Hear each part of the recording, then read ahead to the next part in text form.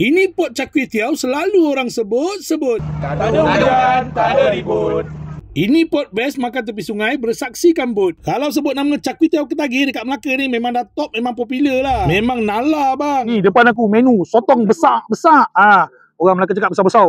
Kau tengok yang ni Char Kway Teow Ketagih dia penuh dengan sotong, udang, kerang. Yang ni Char Kway Teow special. Dia udang dia berdek-dek bang, betul-betul. Yang tak makan Char Kway Teow boleh makan nasi goreng. Don't worry, be happy. Nasi goreng Ketagih. Nasi ayam pun ada. Nala, memang nala punya. Macam-macam ada kat sini. Kalau nak yang goreng-goreng kering, apa pula tak ada? Ada bang. Confirm puas hati you makan kat sini. Air bang. Tak ada job dah. Kau job sini. Siram kau air dia kan. Gila. Peli-peli pula. Marah pula. Orang Ketagih Biar betul sate penjara yang top kat Melaka tu dah ada kat sini. Ngam lah. Makin meriah lah Char Kway Teow Ketagih dekat Bandar Ilir ni. Yang aku respect Char Kway Teow Ketagih ni, isu-isu komen-komen negatif tu dia ambil, dia perbaiki tau. Tukang masak dia kali ni memang yang pro, original punya. Nala habis. Untuk aku yang repeat kat sini dah banyak kali dah. Lagi-lagi dah ada sate ni kan.